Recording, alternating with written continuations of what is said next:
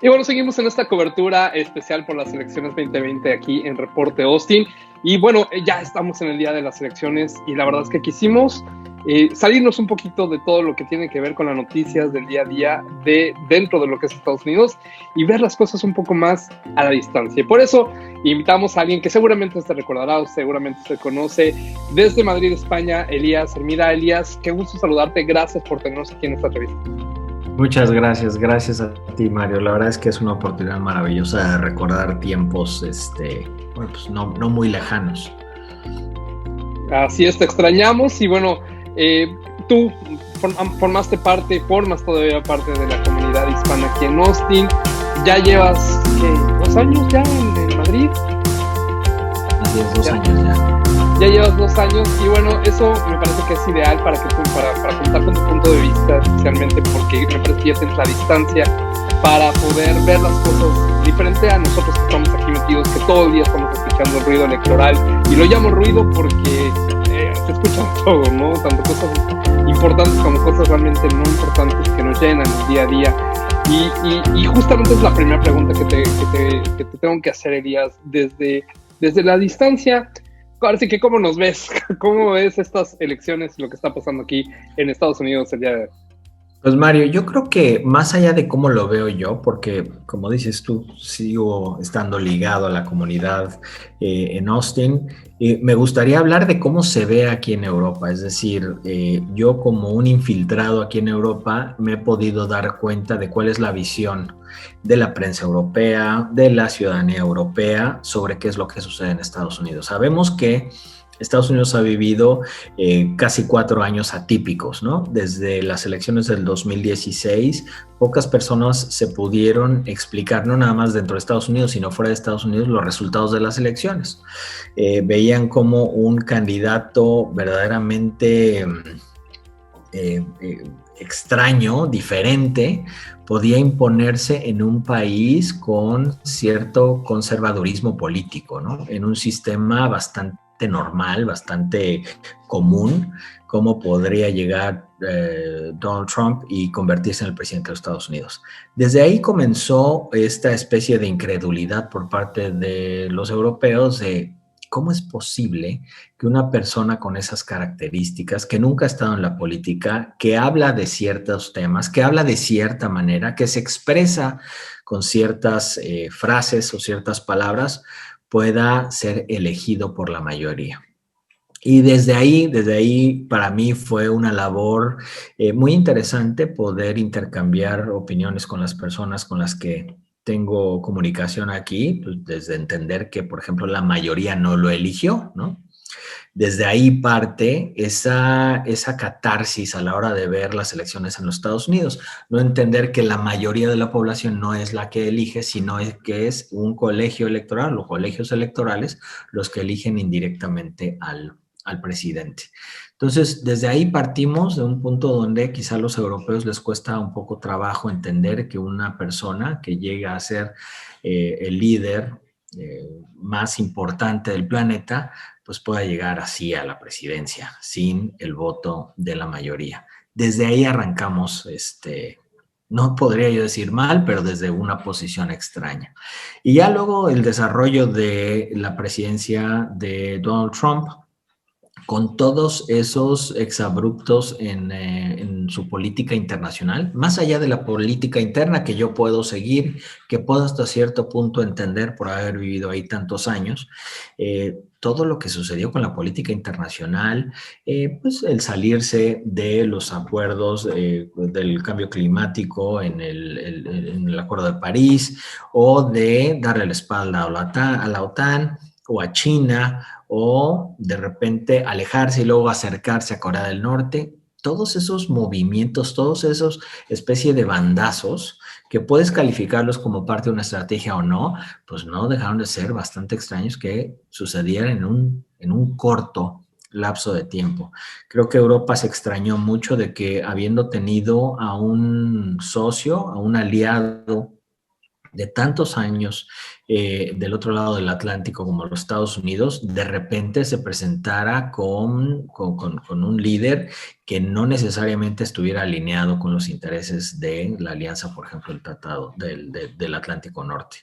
Eh, desde acá, Mario, las cosas se ven quizá con una lupa de sentido común y la verdad es que no se explican. Claro, tampoco nosotros en muchas cosas no nos explicamos aquí, pero definitivamente es interesante cómo una elección en Estados Unidos afecta las cosas en otras partes del mundo, ¿no? ¿Cómo se está viendo la opción de que Trump pueda reelegirse ya en Europa? ¿Lo están viendo como algo muy descabellado o ya lo ven como algo muy posible? Pues dos cosas. La primera es efectivamente existe una gran atención de los medios de comunicación por lo que va a suceder en los Estados Unidos, ¿no? Hay un gran seguimiento. Sin embargo, esta elección es muy importante para los americanos. Esa es la verdad. Donald Trump ha elegido quitar el peso que Estados Unidos tradicionalmente tenía en las organizaciones mundiales, en los tratados internacionales. Ha mirado más hacia adentro que hacia afuera. Eso ha hecho que, pues sí, esta elección sea importante porque se trata de los Estados Unidos, pero que vaya restando poder precisamente a la influencia que tiene y por ende, bueno, pues que las elecciones en Estados Unidos no necesariamente fueran como cuando George Bush estaba a punto de declarar la guerra a Irak, ¿no? O cuando cualquier otro presidente antes de él también tenía cierta influencia en organizaciones internacionales.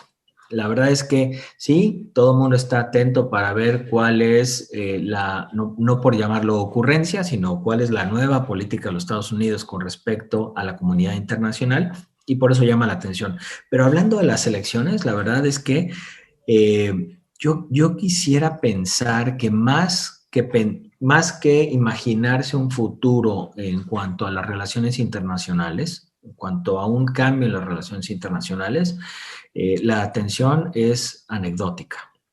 Es precisamente anecdótica. Con esto no le quiero quitar importancia. La palabra no, quizá no hace justicia a lo que quiero decir, pero me refiero a que es anecdótica porque llama muchísimo la atención la posibilidad real de que Donald Trump, después de haber podido percibir que su presidencia a la luz del mundo es errática, con ciertos contratiempos, ciertos tropiezos, ciertas incongruencias. A la luz de todo eso, parece increíble que se pueda reelegir. Por eso es que llama tanto la atención, cómo existe la posibilidad, insisto, real, de que eso pueda suceder. Por eso es que Europa está poniendo los ojos en lo que sucede en Estados Unidos. Creo que en política internacional, Donald Trump ha dado los manotazos que quería dar en la mesa, ¿no? Con respecto a Corea del Norte, a Irán, a los países, insisto, del Atlántico Norte, con respecto al tratado con México y Canadá, con respecto a pues, países que habían sido aliados, que no habían sido aliados, etcétera, etcétera. Creo que ha tenido bastantes situaciones límite que lo han llevado a romper con ciertos paradigmas. Eso ya está hecho. ¿Qué es lo que viene después? La verdad es que se me antoja, aun y cuando ya estamos en un mundo donde nos queremos cualquier cosa después de lo que ha pasado este año, se antoja que quizá no va a haber gran cambio en la política internacional y que habrá que navegar si él sale reelecto. Pero todo pasa por verdaderamente ver si de verdad es posible que un político así pueda volver a ser presidente de los Estados Unidos. Elías, y con respecto a Joe Biden, ¿cuál es la percepción que tú sientes que Joe Biden tiene afuera de Estados Unidos? ¿Que creerías tú que ahora sí que es una cosa positiva para el resto del mundo, para Europa? ¿Cómo lo percibes tú? Yo creo que efectivamente la percepción es que si si se concibe a Donald Trump como un político de la línea quizá de Bolsonaro, de esa línea de populismo, de polarización, etcétera, etcétera, pues Joe Biden como un político hasta cierto punto moderado dentro de lo que está sucediendo en el Partido Demócrata. Lo cierto es que parece un moderado, pero un político de la vieja escuela, que viene de una administración que no dio este tipo de situaciones, una administración que fue a la luz del mundo bastante exitosa, que pudo reelegirse, pues se presenta como una opción, yo podría decir hasta segura, hasta donde no se puede perder, a donde quizá no va a haber, porque creo, y así lo percibo en los medios de comunicación, no se espera que exista una gran transformación, no se espera que sea el líder carismático, por ejemplo, que fue Obama, sino se espera que él sea quien salve los muebles y pueda sacar de esta situación de eterna fricción a los Estados Unidos. Entonces, es la percepción de que quizá él no es tan malo como Donald Trump, aunque eso no necesariamente lo haga bueno, pero pues quizá aquí quepa la expresión de vámonos con el menos peor, ¿no? Y que eso pueda brindar cierto alivio para pensar que ya no se está en el peor escenario y que, bueno, pues por ahora existe la posibilidad con alguien como Joe Biden de tener diálogo, de construir cosas, quizá de no radicalizarse tanto, pero insisto, esto puede ser nada más percepción. No quiere decir necesariamente que vaya a ser así, pero así es como siento que lo ven aquí en Europa. Es muy interesante porque me imagino, Elías, que tú también eres mexicano, tienes mucho contacto, tienes familia en México, vas a México, me parece que con cierta regularidad. He notado yo, nada más por lo que he visto en redes sociales, que en México hay una división más grande que lo que me estás contando tú ahí en Europa sobre personas a favor o en contra de Trump, lo cual también es muy interesante, ¿no? ¿Tú qué has escuchado aparte acerca de eso, de personas en México? Pues mira, a mí me ha llamado mucho la atención y voy a ser objetivo, ¿no? Con las conversaciones que he podido tener con personas. En México, cuando Donald Trump inició su campaña e hizo aseveraciones sobre los mexicanos, abiertamente las hizo, pues creó una animadversión en los mexicanos, automática, ¿no? Y muchas personas se quedaron ahí, muchas personas no pudieron superar esa expresión, que fue una expresión directa, abierta en contra de los mexicanos, y que a través de comentarios, pues, continuó, ¿no? Expresándose de una forma inconveniente contra los connacionales de nuestro país. Pero va a parecer un poco contra la intuición, ¿no? Pero he podido percibir en México también dos corrientes de pensamiento que podrían apoyar a Donald Trump.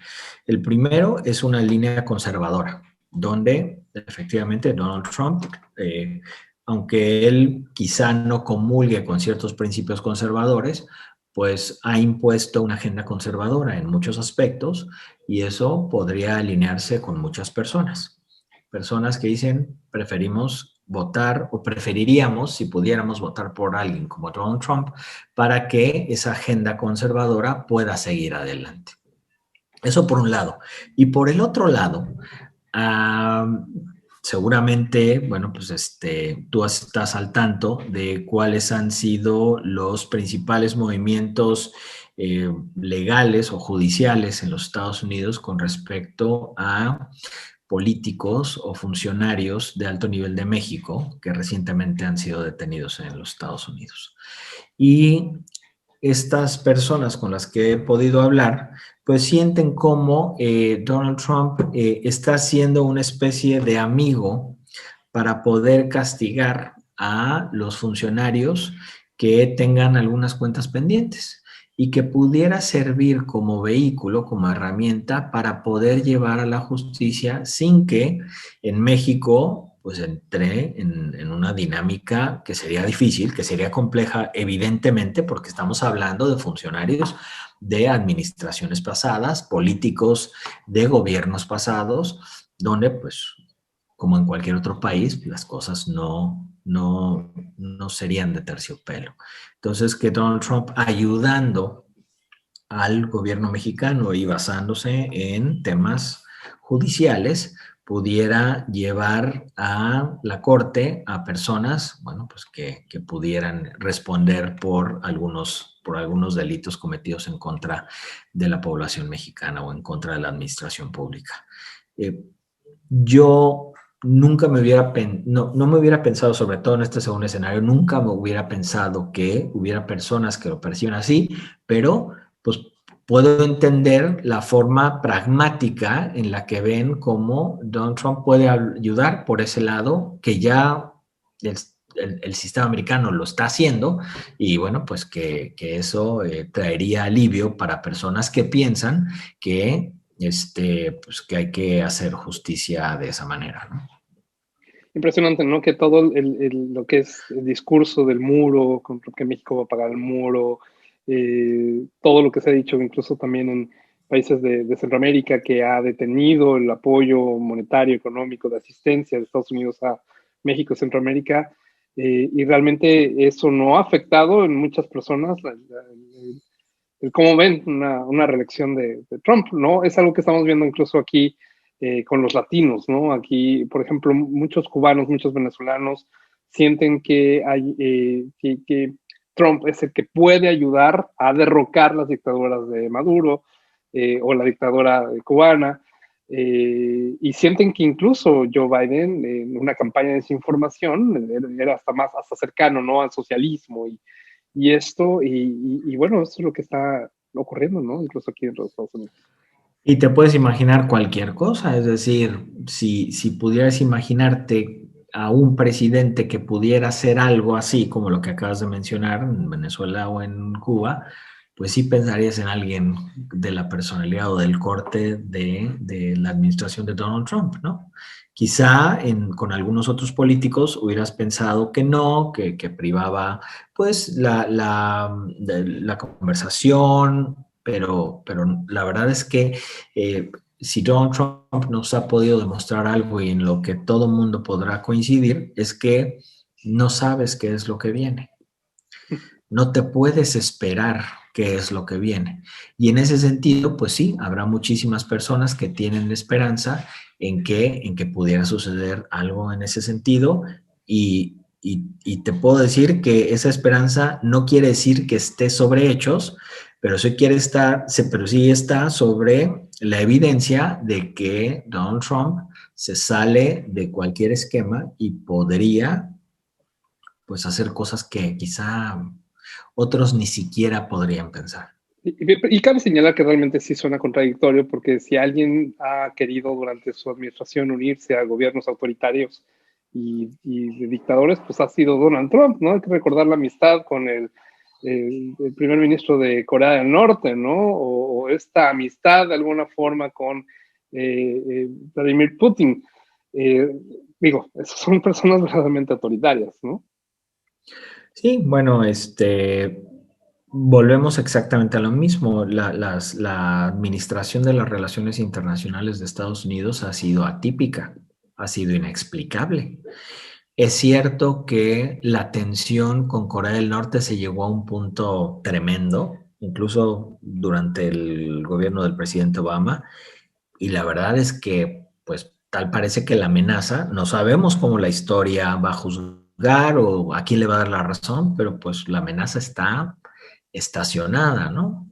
El tema con Putin es un tema en el que difícilmente podremos entender las personas que no estamos tan informadas, y tan informadas me refiero a las personas que están ahí, de qué tan profundos son esas relaciones, de cuáles son las distintas conexiones que existen. Y sí, efectivamente, Donald Trump es un líder pragmático, es un líder que va y ejecuta ciertas cosas sin importar si eso se sale de ciertos paradigmas, de ciertos esquemas de valores, de ciertas cosas. Esa es la verdad. Eh, pero a mí me gustaría, Mario, regresar al punto inicial. Estamos muy escépticos de entender, y más ahora que estoy teniendo esta conversación contigo, y sobre todo que tú eres una persona muy informada y que estás tocando puntos claves, pues sí, la verdad es que si Donald Trump sale reelegido, aunque haya razón, porque el sistema político, el sistema electoral en Estados Unidos así lo hace, aunque las personas no en su mayoría hayan votado, pero si los estados correctos votaron, pues la verdad es que no vamos a explicarnos cómo es posible que haya sido reelegido, independientemente de que coincidamos con él o no, independientemente de que haya gente que coincida con él, con los ideales que representa, con el Partido Republicano, etcétera, etcétera. Vamos a llegar, creo, a un punto, porque además la elección está siendo una elección muy especial, muy particular. Yo creo que en Europa, a la distancia, pues vamos a estar muy entretenidos, y no lo digo con afán de quitarle rigor a lo que está sucediendo en Estados Unidos, pero vamos a estar muy atentos a qué es lo que está sucediendo, porque creo que necesitamos fijarnos en el detalle para poder entender por qué está pasando lo que está pasando. ¿Por qué está pasando ya lo que está pasando? Que es real la oportunidad de que Donald Trump se reelija. La verdad es que sí, eso es un tema bien interesante y bueno, muchas de las respuestas a muchas de las preguntas que tenemos hoy, que hemos platicado tú y yo, Elías, justamente la respuesta la vamos a tener en cuestión de horas, a lo mejor de días, pero bueno, el conteo ya se está realizando en este momento en la mayor parte del país y bueno, vamos a estar muy al pendientes acerca de lo que pasa y bueno, te agradecemos de verdad muchísimo tu tiempo, Elías, el que nos dé esta perspectiva de cómo se ven las cosas desde afuera, desde otra parte del mundo. Y bueno, creo que todos aprendimos algo y vamos a estar muy atentos de todo lo que pasa. Elías, muchísimas gracias. Muchas gracias. La invitación, por supuesto, que todavía estamos a tiempo en algunos lugares, es salir a votar, es fijarse en los hechos, porque viene una postelección compleja. Eso es lo que todo mundo anticipa. Fijarse en los hechos, basar las decisiones en los hechos, de qué es lo que se va a hacer a continuación, y aceptar los resultados de ese país, que es un país sin historiales de fraudes electorales, un país de leyes, y así es como hay que tomarlo, ¿no? Así es que yo creo que lo histórico de esta elección radica precisamente en eso, en que la democracia, la cordura, la paz se imponga y las cosas puedan seguir adelante. Elías, amiga, muchísimas gracias. Gracias por estar con nosotros y estamos en contacto. Muchas gracias, Mario, y un saludo al auditorio.